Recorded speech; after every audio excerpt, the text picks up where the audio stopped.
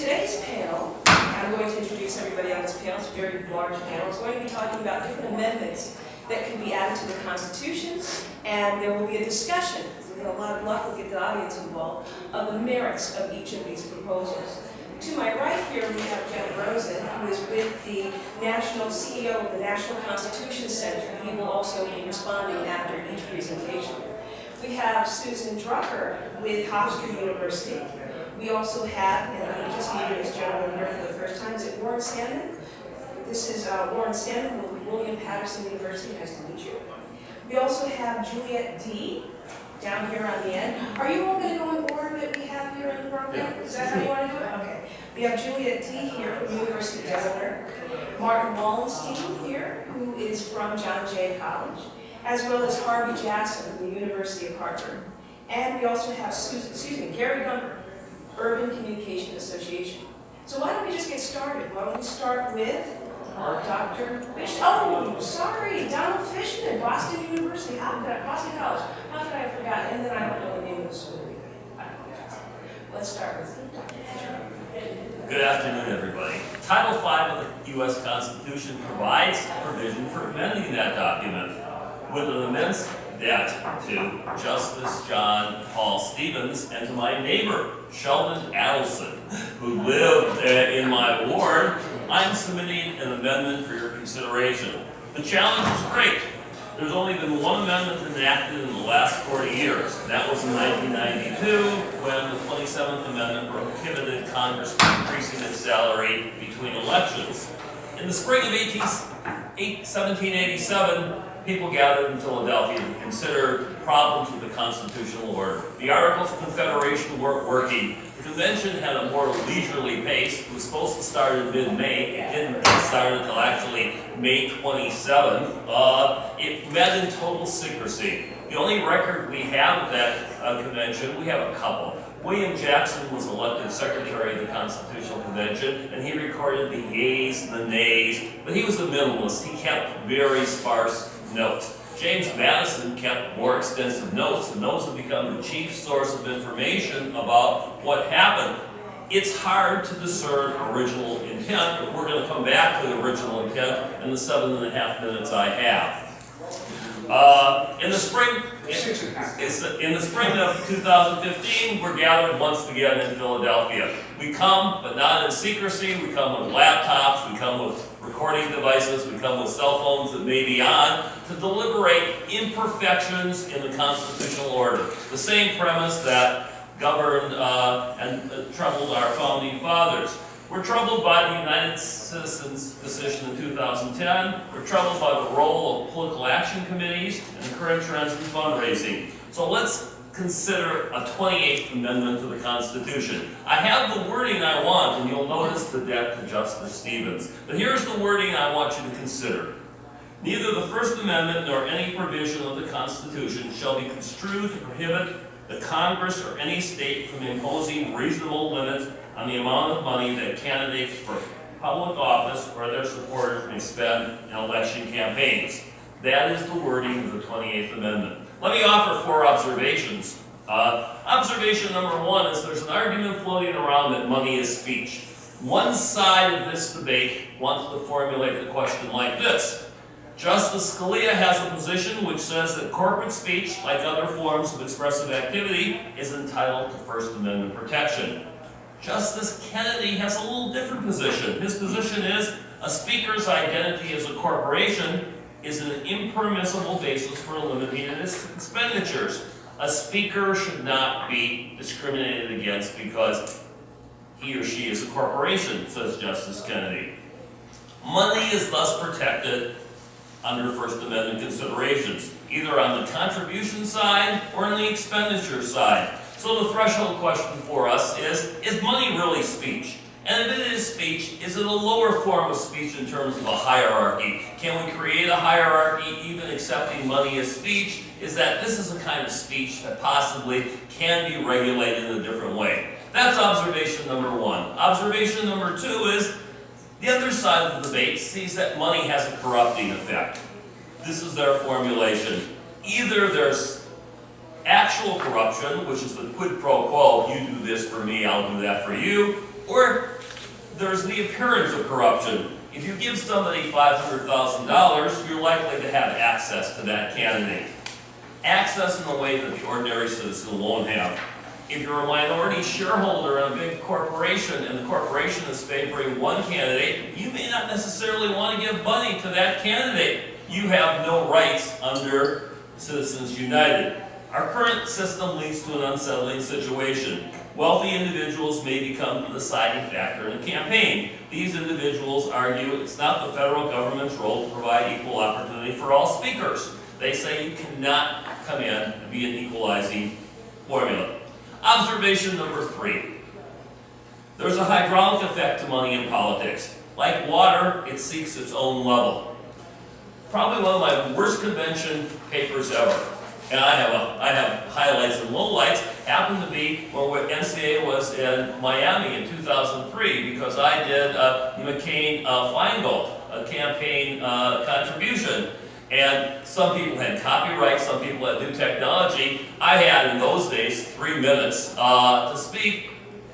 There's not a lot of interest in campaign finance. It is something that troubles people. Mark Tushnet of Harvard University says he just doesn't teach it even in his constitutional law class. The intricacies are so difficult, and the public just isn't that interested. And every time we pass a law, we get little provisions in the law, like all of a sudden 527 groups become a central focal point in that. Statutory laws haven't been able to handle what's going on. So, why will my amendment actually work? What makes this amendment different from all other amendments? Or other attempts to do campaign finance? Okay, thank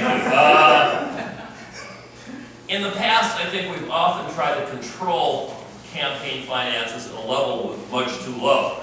The amendment asks for reasonable kinds of prohibitions. Now, we have reasonable prohibitions on speech. If you go to speak before the Supreme Court, you get 30 minutes. You don't get an unlimited amount of time. If you're a Republican candidate, say in the 2012 election, and you are vying for the nomination against 12 other candidates, if you're Mitt Romney, you don't get more time than everybody else. There are reasonable limitations that can be placed on the nature of speech that don't undermine the speech process.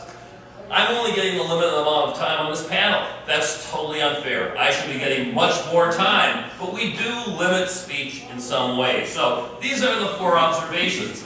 It seems to me that campaign finance was something that the founding fathers just didn't think of. It wasn't a problem. It wasn't a problem for a long time. We tried something with Buckley versus Vallejo, a 294-page decision. 294 pages when you add up the opinions in that. It is time to have a short, clarifying statement. Amendment 28, as seen in this document, solves that problem. Thank you very much.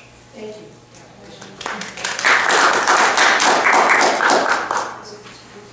Thank you so much for that great presentation. I bring all of you greetings from the National Constitution Center. I hope during your conference you will visit us across Independence Hall, from Independence on Independence Mall. The Constitution Center is the only institution in America chartered by Congress to disseminate information about the U.S. Constitution on a nonpartisan basis. And you will find there rare copies of the Declaration, the Constitution, and one of the 12 original copies of the Bill of Rights. And I hope you will inspire yourself during this great trip to Philadelphia.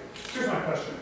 I want to focus on the word reasonable limits. So you're drafting the amendment, your original understanding matters, but isn't this a blank check for the Supreme Court to construe Congress's limits as unreasonable? And might not your amendment be construed to prohibit the same McCain-Feingold regulations that the Supreme Court has currently struck down? That's the threshold question, it seems, Jeff, in this whole debate. Do we introduce some sort of level of reasonableness? It's hard to preset what they are because it's going to vary from era to era in that. But asking somebody to actually step in, the current system actually hasn't broken down. Congress hasn't been able to come up with a system, and Congress may be the least capable party in a case where there's role conflict. They are the people who are running for office. On other kinds of issues, Congress brings a sense of collective wisdom, which the Constitution, reflects. On issues of campaign finance, they have a dog in the race, and I think that's the problem. The question of reasonableness is the key thing of this, and this is the thing that will be litigated, but the nice thing about this is that it opens the grounds for a possible future debate. It doesn't predetermine what that debate will be. Dr. Sam. Well, good afternoon. I'm going to go through a little bit of kind of what gets us here and what I'm talking about. So, Richard Ceballos, Deputy DA in the LA County DA office. As part of the case, Ceballos, DA, on this side of the law here, was contacted by the defense attorney. That side, so a little conflict there. That defense attorney had concerns about an affidavit used by the police to obtain a search warrant. Aware of these concerns, Ceballos conducted his own review. This review confirmed to Ceballos that there were flaws in the affidavit. And remember, he's the DA. Ceballos presented his concerns in a memo to his superiors and recommended that the case be dismissed, as the flaws in the affidavit were that serious in his view. Ceballos' superiors disagreed, vociferously and somewhat heatedly, according to Ceballos. Ceballos, again the DA still, affirmed his concerns during a hearing brought by the defense to challenge the search warrant. By the way, the trial court rejected that challenge in the case as well, too. But following that hearing and the memo, Ceballos found himself reassigned to a different position, transferred to another courthouse, and denied a promotion. Sensing there may be some retaliation going on here, Ceballos first grieved the action. Grievance was denied, so then he filed a suit. At the district court level, the court rejected his claim. The court stated that since Ceballos made the argument and wrote the memo as part of his official duties as a deputy DA, there was no First Amendment protection, there could be no retaliation. Just an employer managing an employee who's not towing the line. On appeal, the Ninth Circuit reversed the district court, held that the speech was protected. So, well, maybe there was retaliation. Up to the Supreme Court. On a standard 5-4 decision, the court upheld the district court decision and reversed the circuit court, the basic finding. If you speak on issues that are part of your official duties, what you say is probably not protected. You are speaking as an employee. Government, this is First Amendment after all, not as a private citizen. So the issue this brings forward here is, when you speak as an employee, when you speak as a private citizen? Well, according to the standards set up here in this case, if you are speaking as an employee, there is no First Amendment protection. You are always speaking as part of the employee. If you are speaking as a citizen, there's other controversial parts of this as well too, but if you're speaking as a citizen, there's a possibility, not guaranteed, possibility of First Amendment protection. So you have to look then at the relationship between the speech and the employment. Is the speech directly related to the responsibilities of the employee? Does the speech have or have the potential to affect the basic operations of the employer? If you find that the balance shifts toward something that the employer is concerned about, the employer has greater control. Balance shifts toward the employee, that's a public issue, then there's less control, but still controlling this issue. So why does this case matter? What does this have to do with this here? Well, two examples. A follow-up case, Ong v. Grant. In this case, Won Ong, faculty member at UC Irvine, filed suit against the university administrators claiming retaliation in the form of denied merit increase for critical statements he made about what was going on at the university. Using the reasoning from Garcetti and ignoring the language in Garcetti that this should apply to academic issues, the court sided with the university on the grounds that the criticism made by Professor Hong were made as part of his official duties as a university employee and did not touch upon matters of public concern. They were instead largely internal to the university. Second example, Science versus Dallas Community College District. A group of mid-level administrators concerned with budget issues at their college submitted a memorandum to the president of that college. President not like getting the memorandum. The lead author of the memorandum, Dr. Matilda Science, received a negative performance and non-renewal. Science filed suit, claiming retaliation. The court determined the memorandum was part of her official reviews. So we see some reason why it matters here. What are the arguments for the holding here? Well, the basic argument is pretty simple. In order to maintain effective and efficient operations, public employers, like all employers, must be able to manage their message. They need to be able to speak with a coherent voice, and when that is possible, then service falls apart here. Now, the general concerns with this, however, though, is that it creates in the Garcetti hearing here kind of a false distinction between private citizen and public employee. When are you a citizen? When are you an employee? What do we do when our employee requirements maybe coincide with issues of public interest? Law, environment, public health. How do we know when something is a matter of public concern or operational efficiency effectiveness? What if it is my official duty? I'm the DA. My job is to prosecute the case, but aren't I also supposed to uphold justice? What happened with Lincoln Flint? It kind of limits the role as well for those who would question the acts of government. Yes, we have whistleblower laws that are supposed to protect you when you question those sorts of things. But a finding in Garcetti here kind of sets a chilling sound, a chilling tone for those who might speak against it. So as my time is running out here, what should be done? Like Professor Fishman, I have an amendment here. My amendment: an informed public being necessary to upholding the principles of freedom and liberty, the right of all citizens to speak on matters of public concern shall not be infringed. And if this is too much, basically going back and trying to craft some legislation, moving us away from the Garcetti language back to the original tone, which was in the Pickering case, which basically shifted the balance a little bit away from the government and a little bit more toward the citizen there.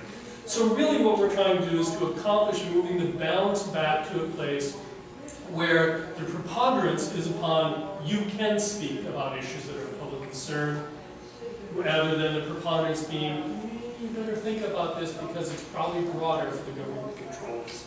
Now, we'll have to have some sort of things in there for issues of national security and things like that. But the whole idea, again, is to just move that balance back so that citizens and government employees who are citizens do feel the ability to speak on issues of public concern.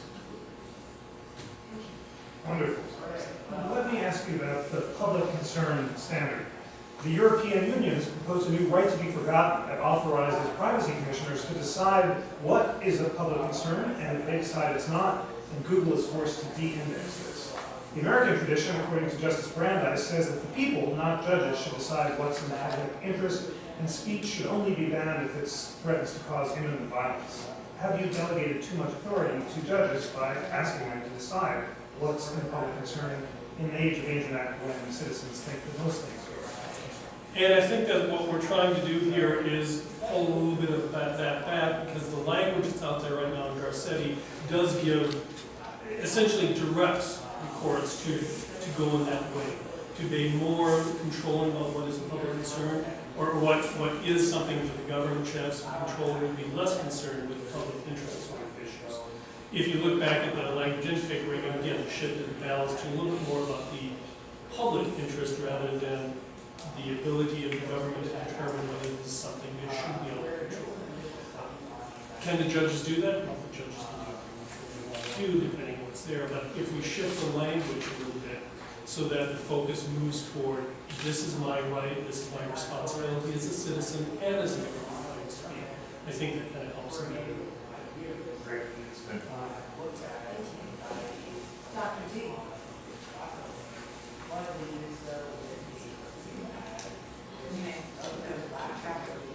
Of my time, and if you can hold up, that's really helpful too. Of course, great. They used to have time. Yes, exactly. Because he wants some. Several. So we've heard some really, really fine proposals for maybe 28th or 29th Amendment, and I'm also going to propose a maybe 29th, 30th, or 31st Amendment. Basically, very, very simple. My amendment would be resolved: corporations are not persons. And to look at this whole issue, I guess probably maybe we need to go back into history and figure out when it was in the United States history when the Supreme Court said, oh yeah, corporations are persons. So we go all the way back to 1819. The case is called Trustees of Dartmouth College versus Woodward. The Supreme Court held that corporations are, quote, persons for the purposes of making and enforcing contracts. Now, this seemed to go pretty much unchallenged through the next 200 years. And there are certainly advantages, you know, if we suddenly fast forward to the year 2015 and we look at, okay, why is it good if you want to start a business? Well, one of the major advantages of having a corporation is that if your corporation that you own goes bankrupt, then you're not personally liable. In other words, you don't necessarily lose your house. So the reason for this is that the corporation that you own is considered to be the person who went bankrupt. So, you know, we can see that there are advantages. The other thing that I would like to just really emphasize is that in our United States Constitution, there is no mention of the word corporation. So the founding fathers weren't too worried about corporations. You know, it's kind of like privacy, which is also not in our Constitution, or at least not mentioned. But corporations as persons are actually encoded into our statutory law. In our U.S. Code, it's actually 1 United States Code, Section 1. It states that the word person actually does include corporations. So we've already heard a wonderful presentation from Don Fishman, and I think we're going to hear more from Marty Wallenstein about the Citizens United case. So I'm not going to talk about that too much, although that definitely raised issues about corporations being persons and spending money on political candidates. But what I really would like to focus on now is the case called Burwell versus Hobby Lobby, which was decided by the Supreme Court this past June. Just to give a little bit of background, you have these two families. One is Norman and Elizabeth Hahn and their 3 kids, and they own a company called Conestoga Wood Specialties. The other is David and Barbara Green and their 3 kids, and they own Hobby Lobby. And these two families got together and they sued Sylvia Burwell. She was Secretary of Health and Human Services.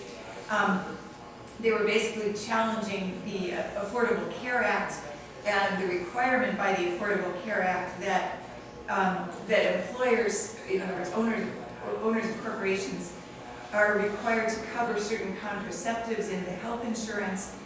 They objected very specifically to contraceptives such as Plan B and intrauterine devices, IUDs. They said that these types of contraceptives were what is called abortive fashions, meaning it can facilitate abortion. So they said, you know, we're not going to cover this, and they sued under a 1993 law that was passed in the United States. It's called the Religious Freedom Restoration Act, RFRA for short, and they also sued, of course, under the Free Exercise Clause of the First Amendment. The Supreme Court voted 5-4. Good old Justice Samuel Alito basically said, well, corporations are persons under the Religious Freedom Restoration Act, and as persons, corporations may exercise their religious beliefs. Who knew? So anyway, this is pretty much what the Supreme Court said. If we suddenly fast forward to the present, the Obama administration is certainly working on a solution to figure out how women who work for corporations like Hobby Lobby can get health coverage, but they haven't actually put the solution in place. So any women that have been working for Hobby Lobby, you know, they're going to have to find some other way. They have had to find some other way to pay for their own contraceptives. So, as of February 2015, a couple months ago, I think in my title I'm talking about a Pandora's box. This Hobby Lobby case, I think, really is opening the floodgates of litigation. I apologize for the cliche. But there have been already more than 100 lawsuits filed under the Religious Freedom Restoration Act challenging the affordable health care.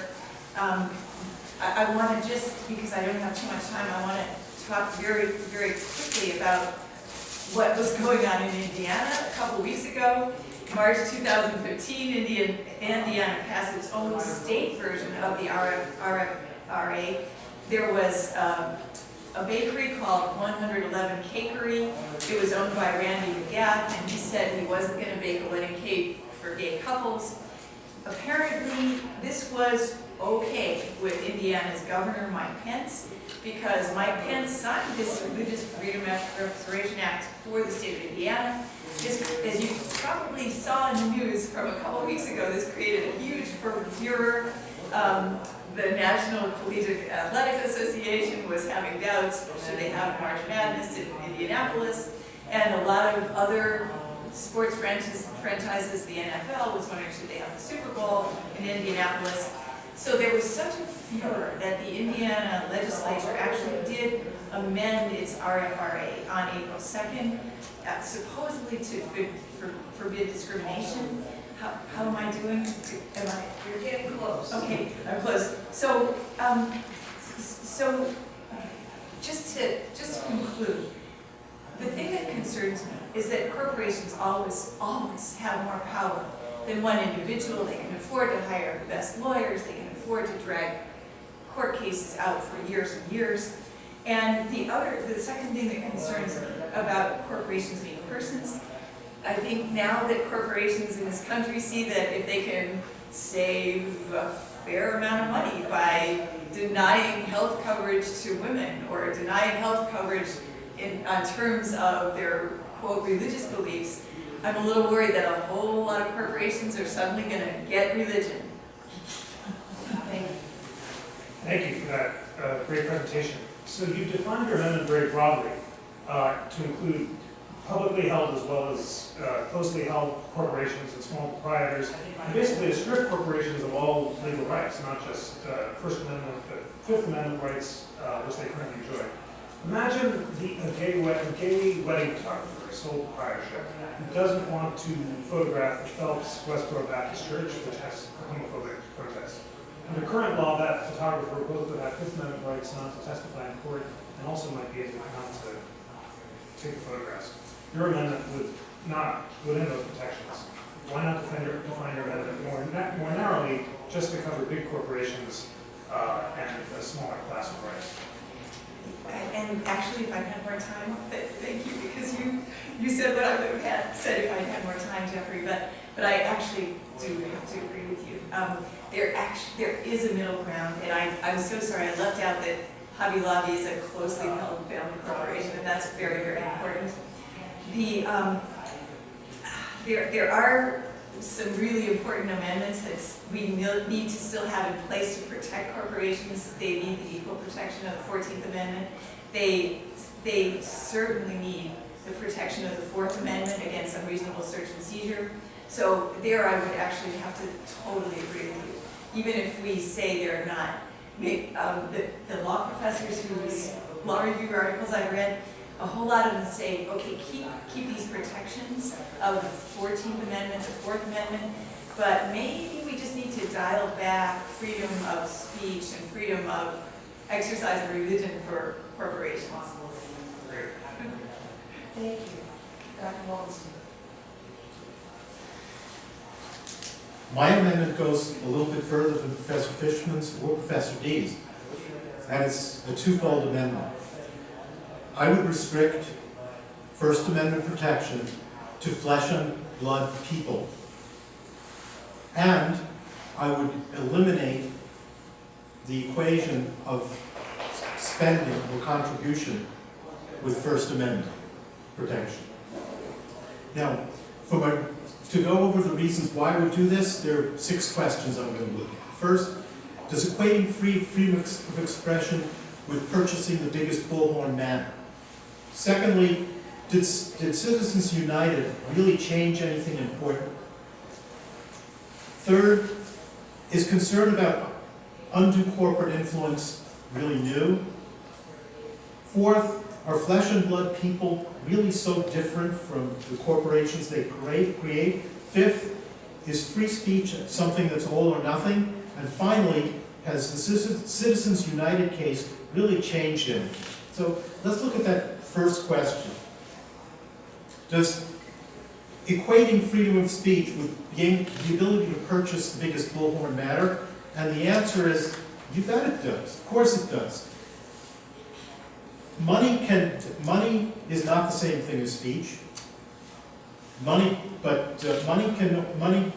may generate speech, but it can also generate noise. It can interfere with speech. Equating the ability to purchase the biggest bullhorn with First Amendment protection means that the wealthy and the powerful have more speech rights than those who are not. So you disempower those who don't have money, and you end up clouding the public dialogue by allowing someone who has more money to drown out those who don't have it. Did Citizens United really change anything important? The answer there is, you bet it did. It zeroed in on two prohibitions.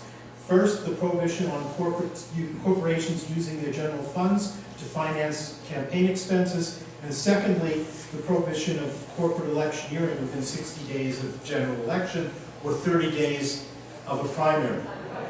And it threw out both of those prohibitions.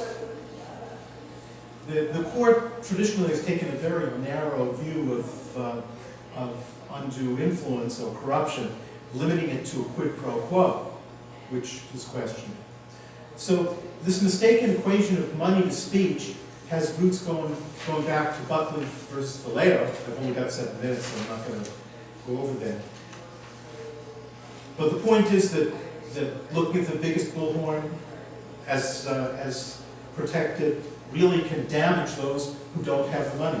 Does big money pump up the volume while distracting from debate? The answer is, again, is yes.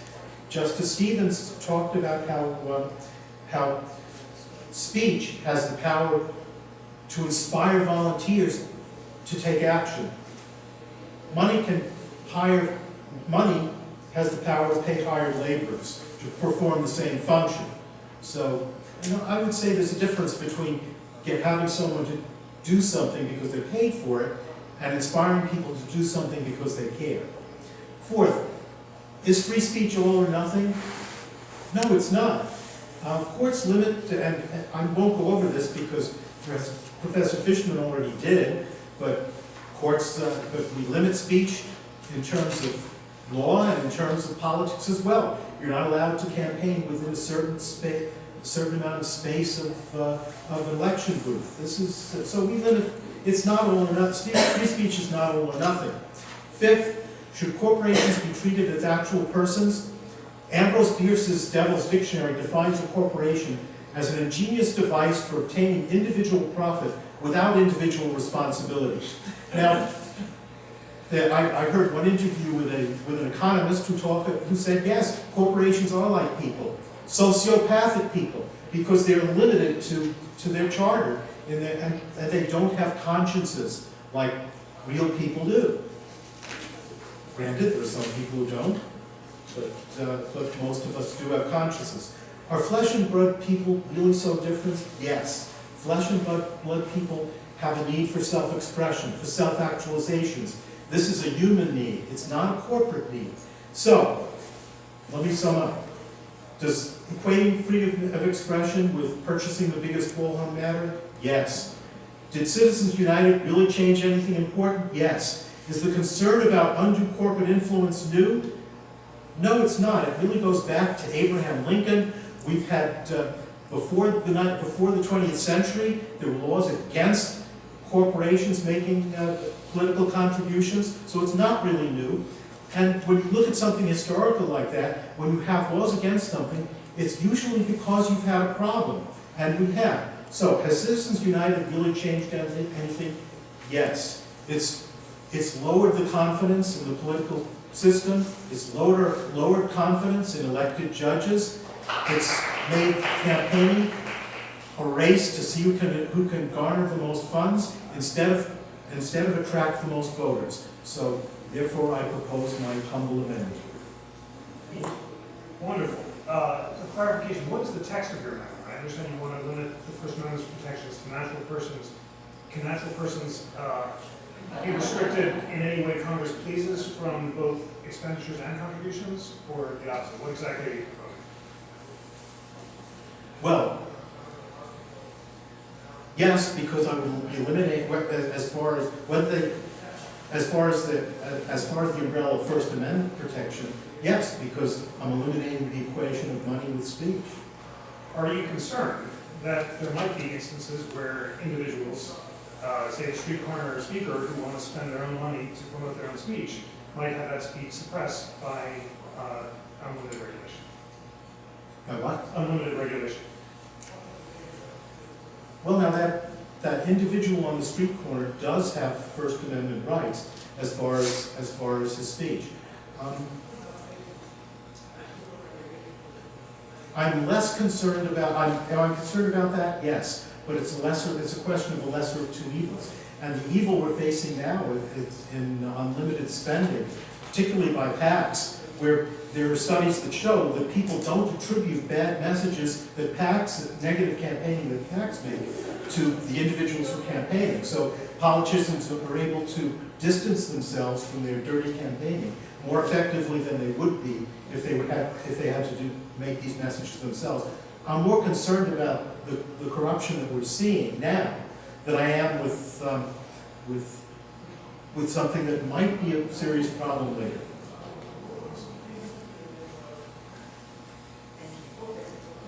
Dr. Jackson. Thank you.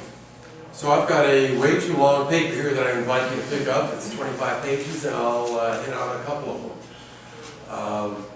We are all supporters of free speech and the First Amendment, and I'm here to say we need to limit that free speech, and that there are reasons that the First Amendment ought not to be the last amendment. The Constitution's preamble promising a more perfect union which ensures domestic tranquility, I'm suggesting needs a bit of work to be able to fulfill that promise. I'm talking here about privacy. Privacy is a really popular concept. A 1990 Lewis Harris survey found that 79% of respondents agreed that if the Declaration of Independence were rewritten today, they would be willing to add privacy alongside life, liberty, and the pursuit of happiness. Lots of other surveys suggest the same thing. People want more privacy. Modern concepts of privacy seem to have started with the Harvard Law Review article in 1890. Warren Brandeis talking about the need to protect a right to be let alone, followed by Prosser 70 years later and 4 torts of privacy. And as I read those, strangely, none of them really focus on a right to be let alone.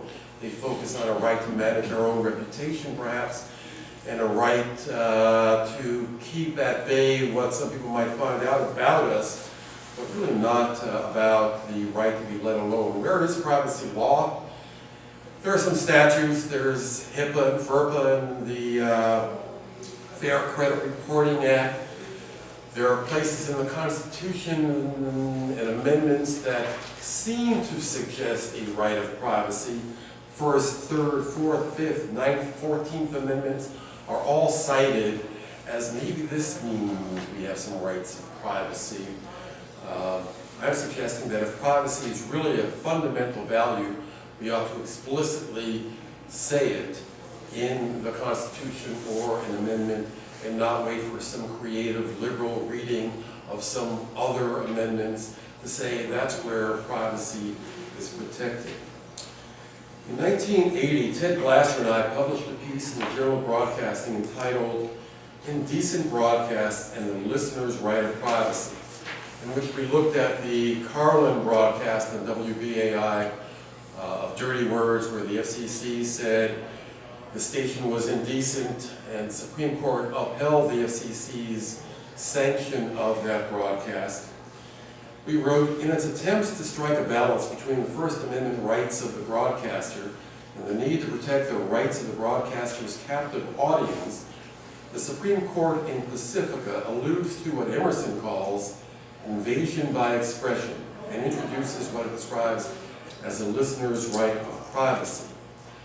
There are a number of cases that deal with rights of privacy and a right not to be communicated with. Rowan versus the post office. Rowan was sending out sexual material. The post office allowed people to put themselves on a do not mail list. And the Supreme Court, as Justice Berger noted, said, without doubt, the public postal system is an indispensable adjunct of every civilized society, and communication is imperative to a healthy social order.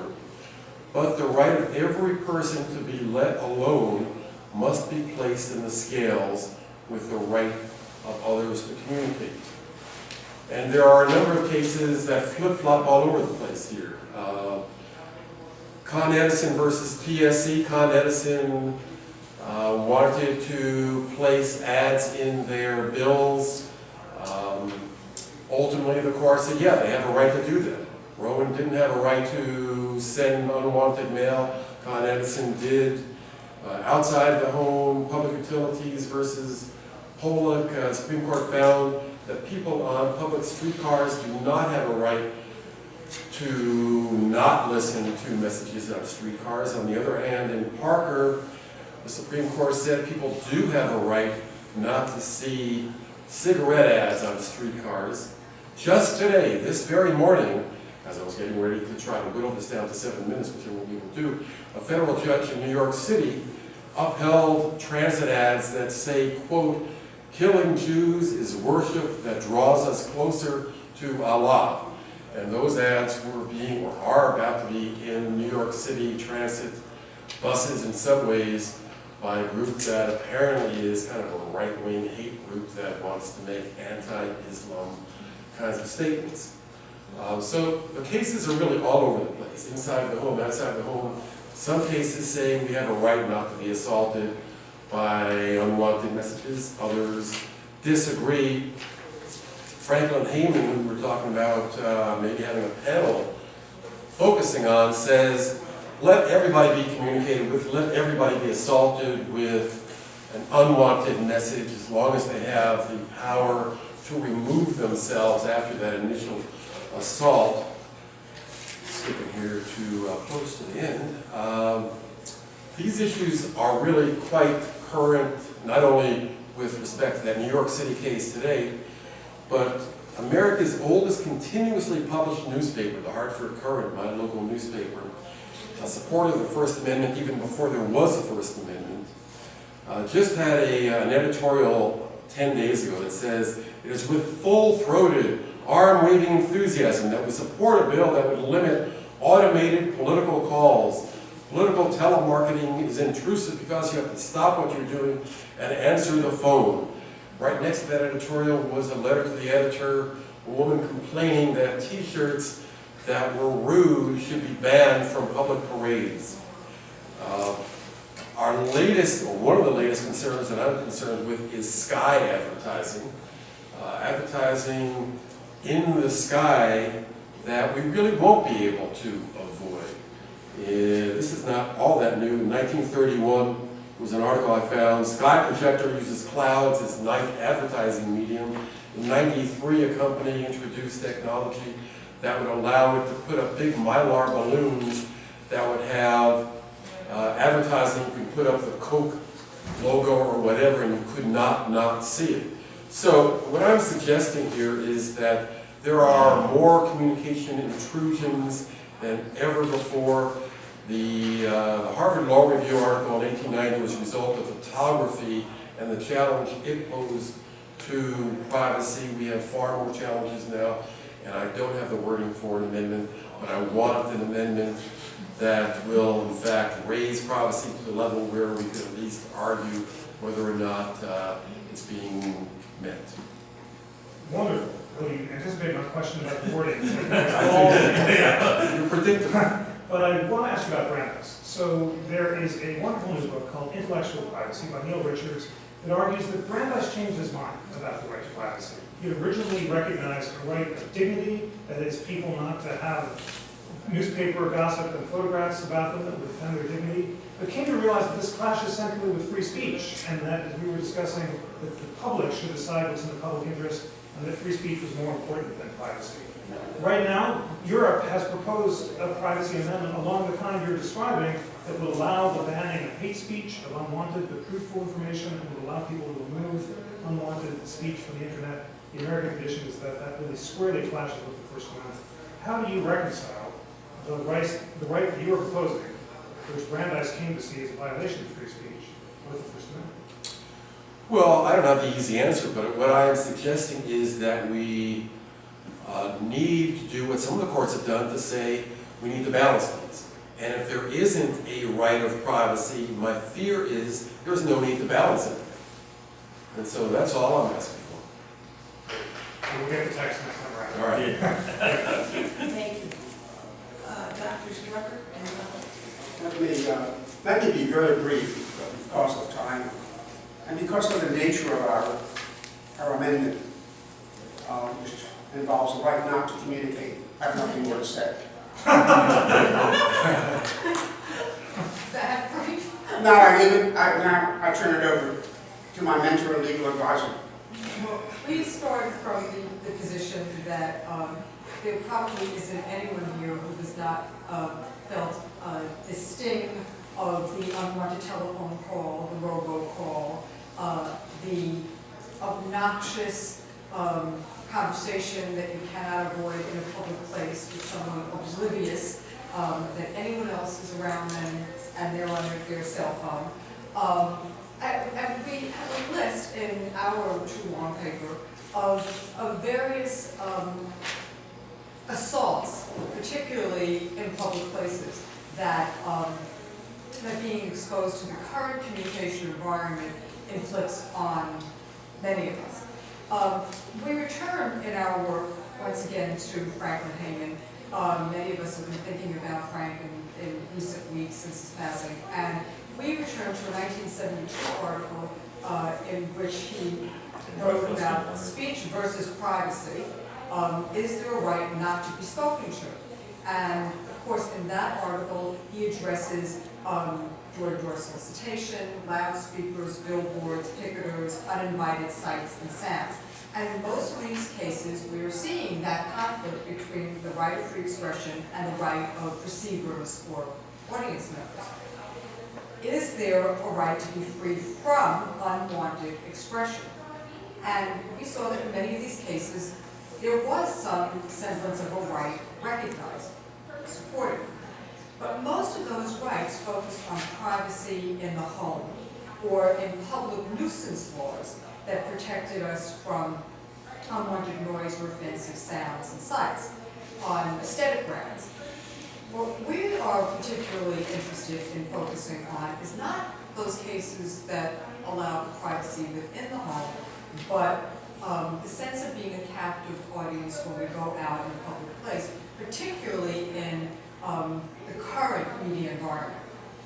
So what we've seen is that there is a limited right, First Amendment right, not to receive unwanted expression. And that right is enforced primarily in private places. But the update on that is to look at what goes on outdoors and in public places. So we've been looking at the work of Timothy's work, who noted in his speech outdoors, preserving First Amendment liberties in public places, that Wi-Fi and pervasive media or mobile computing will begin to alter accepted notions of public and private expression. So even as absent present viewers and listeners who are in public places, they seem to be in an electronic or communication bubble, there's still a degree of being a captive to what we see and hear, even to a lesser degree around us. So our focus has been particularly looking at the right to be let alone, or the right to be free from speech in public places. So what rights do we have from the oblivious mobile phone caller who shares and pollutes our public spaces? Oblivious because we feel somewhat isolated when we're on that phone. The mobile phone caller that has turned that telephone call into a form of performance art. Now, as much as, and we've written about this, as much as we think that eavesdropping in public places can be fun, it can also be intrusive and a nuisance. So in our paper, we looked at a series of nuisance laws that tried to address the problems of this form of aggressive expression in public places. And we looked at some interesting local nuisance laws, including New York City's law about cell phone uses in theaters, libraries, museums, galleries, motion picture halls, etc. And that this is one of the few jurisdictions that actually has a law that addresses this kind of activity with a whopping $50 fine on it. And we're looking at other jurisdictions that have been looking both in state and county courthouses, banning forms of this type of aggressive communication. We've been looking at laws that try on the technological level to see fixes for this, like the electronic jammers, but electronic jammers fall within the Federal Communications Act of 1934, which makes it illegal to inhibit the use of public airwaves. We've looked at other countries and their approach to this. So, for example, in Hong Kong or in Canada, looking at possibly allowing legalized electronic jammers. Noise pollution laws have been looked at. The Noise Control Act of 1972 was part of our study, and how that lacks teeth in an environment where the Office of Noise Abatement and Control basically was defunded a decade later. So we've been looking at the various ways in which perhaps public nuisance law can address some of this, and noise abatement acts can function in this regard. I'll skip some of the other aspects that we explored in terms of do not call registries and the robocalls as a form of aggressive communication that we want a right to be free from. We've looked at our neighbors in Europe and the right to be forgotten, and the idea that the right to be forgotten, basically in Europe at this point, given teeth as a result of the May 2014 decision of the Court of Justice of the European Union, basically honors requests from users in Europe asking that search engines remove specific results that may no longer be relevant or that may infringe upon a person's privacy. And it's very interesting to see the litigation that follows, because perhaps it's not a right to be forgotten, perhaps it's a right to be remembered correctly that we're seeing. And the battle that Google is engaged in right now to try to limit it to just EU domains rather than global domains. So in conclusion, we actually turned to Herman Melville, a short story, Bartleby the Scrivener, the story of Wall Street, written in 1853, in which the main character, Bartleby, answers everything with, "I would prefer not to." And so the amendment we propose, it, in a sense, expresses that sentiment with regard to communication with and by others. So our amendment, if accepted, might be a 33rd amendment given the number of people on the panel. Two sections. One, the right of citizens of the United States who are 18 years of age or older to control their personal communication environment shall not be denied or abridged by the United States or any state unless it be a matter of national security or imminent lawless action. Section 2, we invite Congress. Congress shall have the power to enforce this article by appropriate legislation.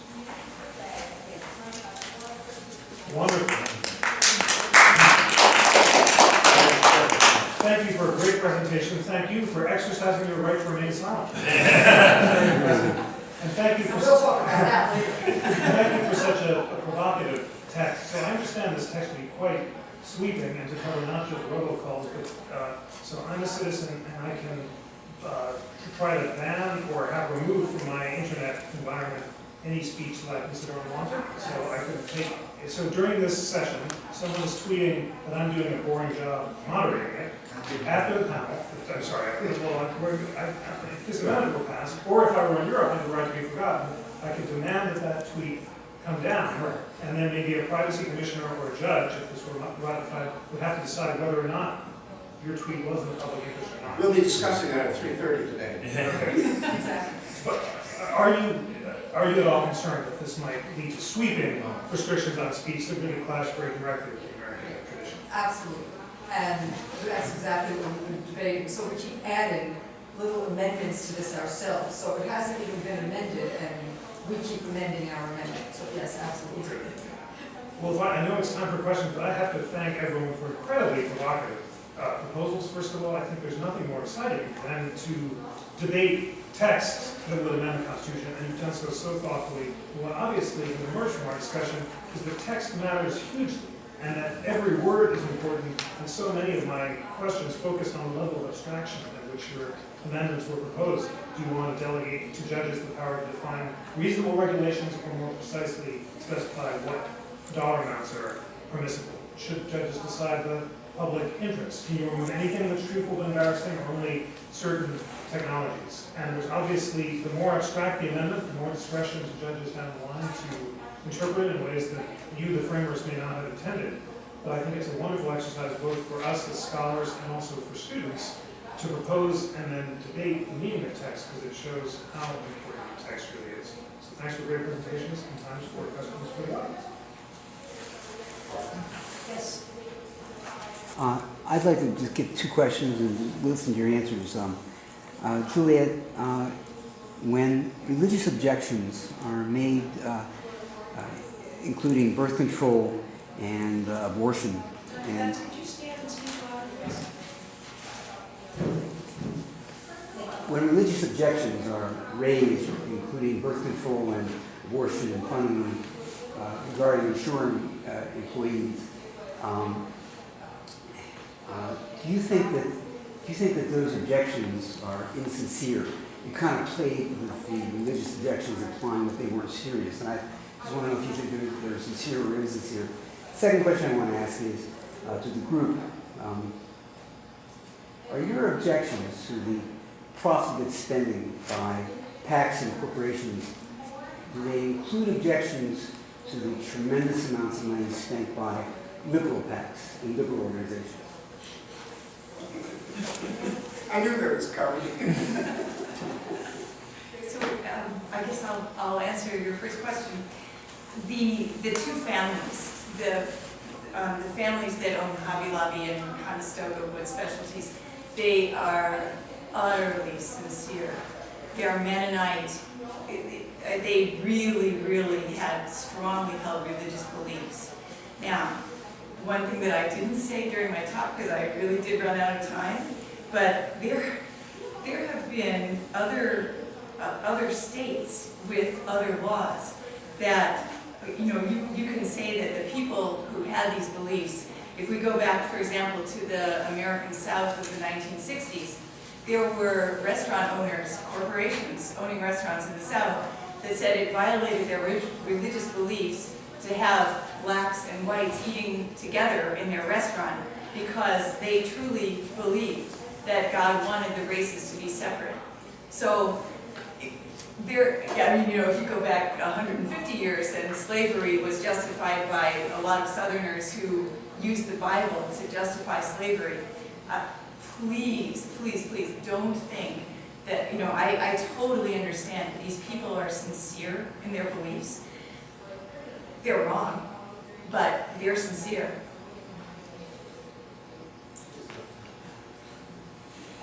There's a second part. On the liberal practices. But I'm not concerned whether it's liberal or conservative. It's the role of PACs per se. I live in the district which had Sheldon Adelson, Sumner Redstone, and Paul Fireman lived in my neighborhood. The amount of money that it took to even run for alderman. I was campaign manager for somebody for 12 years where we have to raise $20,000 to run for alderman, a job that pays $10,000 a year, and that. The amount of money just seems incredible. Now, I'm not denying money still is important. Joseph Kennedy III is our U.S. congressman, and there were people with lots of qualifications who didn't want to run because they knew that that family, when it runs their family business, was able to scare off people who had been in politics for 20 years. I met Joe Kennedy III 3 times. We exchanged just a couple of words of that. He spoke less than any candidate I've ever seen running for Congress, but money counts in that. But the amount of money now into politics, the amount when people are talking about Hillary Clinton raising $2 billion or so to run and that, it's scary. Some reasonable limits can be placed on the system. The question that Jeffrey raised a couple of times is, do you want to trust judges to do something? The American tradition is we haven't trusted justice, we haven't trusted government in some ways. But it seems to me that you can create some reasonable rules of the road. You can't run NFL football without having a competition committee that sets what the reasonable limits are. You can't run politics by allowing just people to wildcat it under the guise of the First Amendment, it seems to me. So liberal conservative is irrelevant to this. I'm glad to hear you say that. And just to add, our last presidential campaign cost $6 billion. It's now, it's gone from, it's gone from looking at political issues to being a major industry. And I come from a city where not the current mayor, but the previous mayor was able to purchase a mayorship because he was a billionaire. This is these are serious issues, and just the fact that we know that that the separation of candidates from their PACs is a fiction that we accept. It's not really there, but we also know that the public won't hold a candidate accountable for the smears that a PAC will use. These are serious problems. So liberal or conservative is less concern to me. That what you end up having is more noise, less actual communication. I'm really glad to hear you all say this, because the implication in the public rhetoric that I always hear is that conservative corporation is redundant, and that all the outrages occur from the conservative side. It's a reasonable issue, but it's not a reasonable issue to claim that it comes from one side and not the other. More questions? Yes. Yeah, Gary Eccles. And I've been reading Franklin Lyman since I was a high school debater in the middle of last century. And I'm as pure a civil libertarian as you can find. And I even usually subscribe to the Nation before the mainstream, along with about 5,000 other properly thinking Americans. But there are a couple of things that concern me. You raise a lot of issues. I'd like to commend the entire panel because you all seem to be in my general ideological frame. So you're right thinking. Let's not assume anything. You're Disseminating nonpartisan. information on a nonpartisan basis. And Absolutely. if you believe in the Constitution, then you're not. Because You're not. the language is no law. Yeah, that's my concern. My worry about some of these amendments is they might actually result in a sort of a de facto freedom of speech catastrophe. I'd like to see something a little more positive worded, like we should strengthen the guarantees, or we need to increase the opportunities for all people to express themselves meaningfully, and not just to withdraw when we don't ourselves when we hear something, but have some power to respond. And that $6 billion campaign last time took the numbers of actual participants, people who participate meaningfully, understand political science criteria for participation. That is self-damning and becoming increasingly so. Fewer and fewer people are participating in the political process. And it's not just the fringe elements. And they're not reading as carefully. They don't understand the issues. They don't care about the issues. And I have this conversation cross-generationally with my own children. Okay. The level of ignorance is appalling, and the level of not caring about it is even more appalling. And as educators, you've all seen it. And I recently retired. It's not just because I'm an old curmudgeon. I've always been an old curmudgeon. I'm not admitting that. Okay. But just give me an example of some of the issues that are raised here. There's no question that the form and the format affects the type of communication. My larger concern, though, and access to that is meaningful. And yes, the bigger bullhorn makes a big difference. And the person with the bigger bullhorn in today's media conglomerations and concentrations are fewer and fewer, which to me is one of the reasons why people are, yes, it's nothing but noise. Now we watch television anymore at all. We didn't have television. It used to be in the 50s and 60s a source for some information on something. It's not that anymore, I'm not quite sure what it's become. Okay? There are a lot of troubling things that worry me, I guess. And I'd like to see amendments re-emphasizing that pure civil libertarian position. And every time you step into this ring, you gotta understand civil liberties are always on the ropes. I'm sure somebody actually said that at one point. But I think that's true. And there's something about what's happening today that those with the machinery to put on public exhibit, just the views of themselves seems to be greater than it was, even in recent history. And that's a big concern to me. I don't know what, and let me tell you, you can define original intent, I think. You want to find, for example, the abolitionist arguments, go back and look at the entire fact that the college I just left, the first college that offered law degrees, William and Mary, right? Didn't they?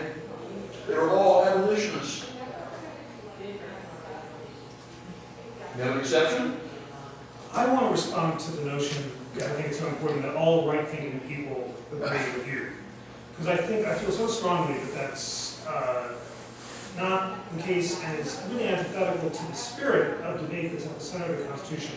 What I find so exciting about being able to host constitutional debates is to find unexpected alliances. So we had an incredible debate about the Citizens United decision, where Nadine Strossen and Floyd Abrams, the two leading liberal civil libertarians in the country, defended the Citizens United decision in corporate speech, and they were opposed by Bert Newborn and Zephyr Teachout, two progressives. Civil libertarians can disagree in good faith about whether corporations have free speech rights, just as libertarian conservatives and civil libertarian liberals can converge about the importance of banning NSA surveillance. I think the beautiful thing about the Constitution is that it's a conversation among people of fundamentally different points of view, as Justice Holmes said, and what I think is so great about this panel is that it was really entered into that spirit, and you were engaged in those hard questions. Was that debate attended?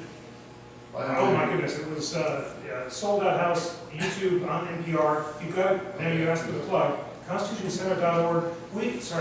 We've created an alliance with the Federalist Society, which is the leading conservative organization in the country, and the American Constitution Society, the leading liberal organization, to do a series of national debates and podcasts and symposia. We've taken them on the road. They're going to Boston, New York, Chicago. I have to leave now to record one of our podcasts with the conservative and the liberal scholars on the question you're talking about now, about religious exemptions under RFRA. These things are getting 350,000 downloads a month. There's a hunger in this country for intense constitutional debates, and I'm so glad to have met all of you, and I think that the National Constitution Center and this great organization can host these and use these proposed amendments as teaching exercises that can really engage lots of folks. So with that plug, and the thought that the panels have to end on time, I think I'm going to thank you for this great discussion. Thank you. Thank you very much. Great job. I'm going to exercise my rights before. Before you go, I'm Tom Flynn. I want to thank you for coming over and joining us today. This has been outstanding. These are great scholars and great people. And thank you for making time for us. I know you've got to run. So, I agree with you that the law proposed is potentially horribly sweeping. So we can pick up on that. I'm a member of the President's Commission on Gender Identity and Sexual Orientation at Slippery Rock University. And the concept of triggering mechanisms has crept into the conversations on campus, and the idea that there are ideas and arguments, images, etc., that we ought not to expose students to because we need to keep them in the room for at least 4 years before they graduate from our university. And I'd like thoughts and responses to that, because I see that as exactly the loophole that we can't manage that. So any response to the concept of triggering mechanisms in that horribly broad law. Okay. Jeffrey, thank you very much. Thank you, Jeffrey. I'll let you go. Sorry.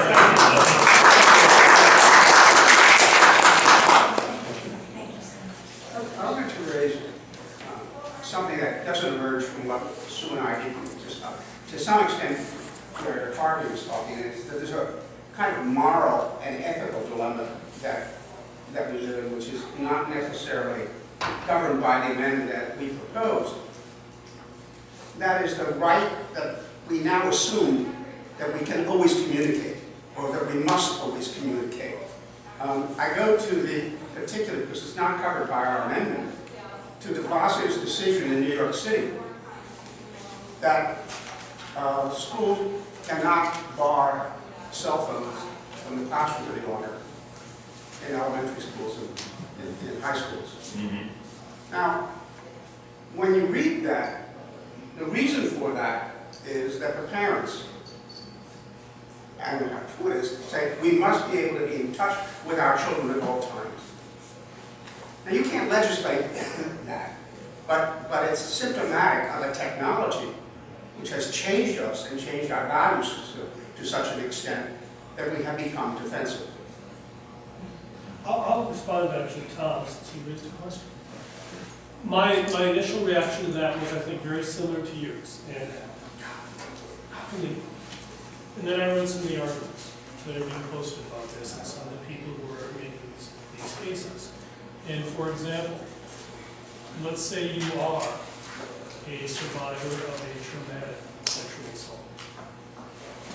And walking into the classroom not knowing that you're going to study this issue, read this literature, whatever, that sort of thing is perhaps a trigger warning or just a, look people, this is what's coming up here, be aware of this. Not that you aren't allowed to do certain things, but that it's, oh, here's what's going to happen. And so I wanted to pull back a little bit from my initial response to try to think about it in terms of how does this affect someone who really has. So you're the professor of that class, or what are you then expected to do? You know, it's something I've given myself this for years anyway. And it's kind of just it's a CYA sort of thing, but it's a, in this class we will be discussing issues that may potentially be tried in some way. And that's my language. I don't stop what I'm doing. I don't announce each day that today we're going to study this issue, this issue, this issue, so you, I want to leave.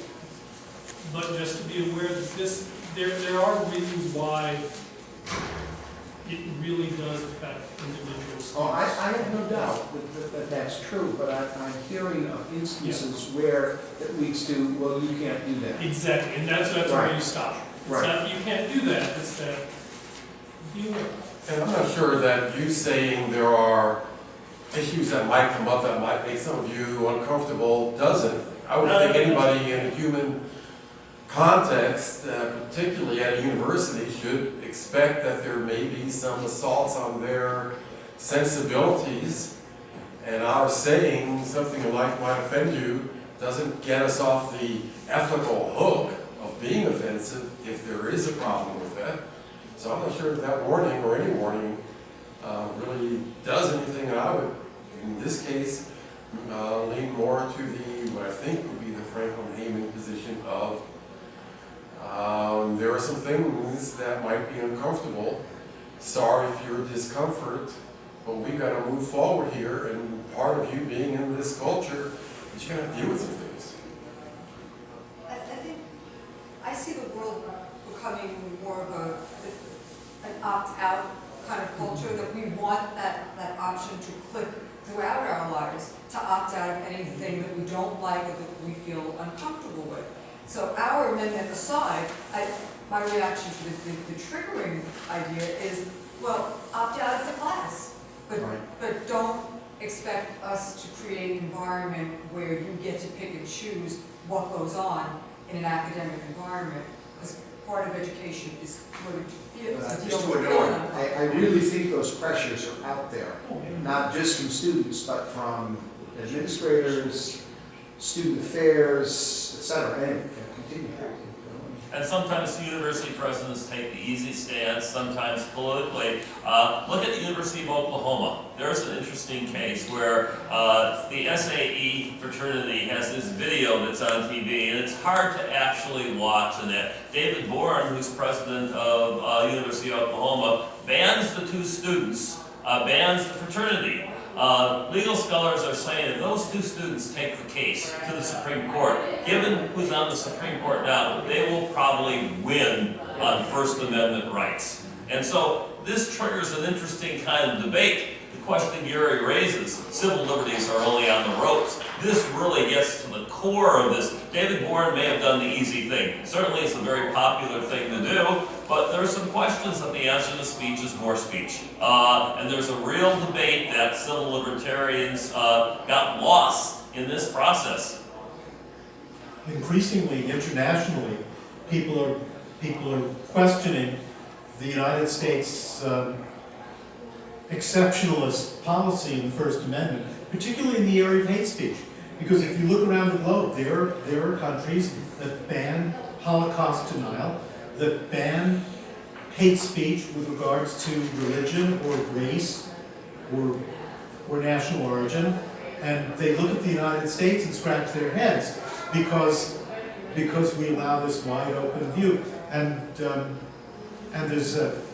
there are a lot of, well, I think Waldron is one of the leading scholars on this, who wrote a book, and in the preface he talks about a Muslim father who has his young daughter, and they're passing a sign that says, "Muslim, go home, we don't want you here."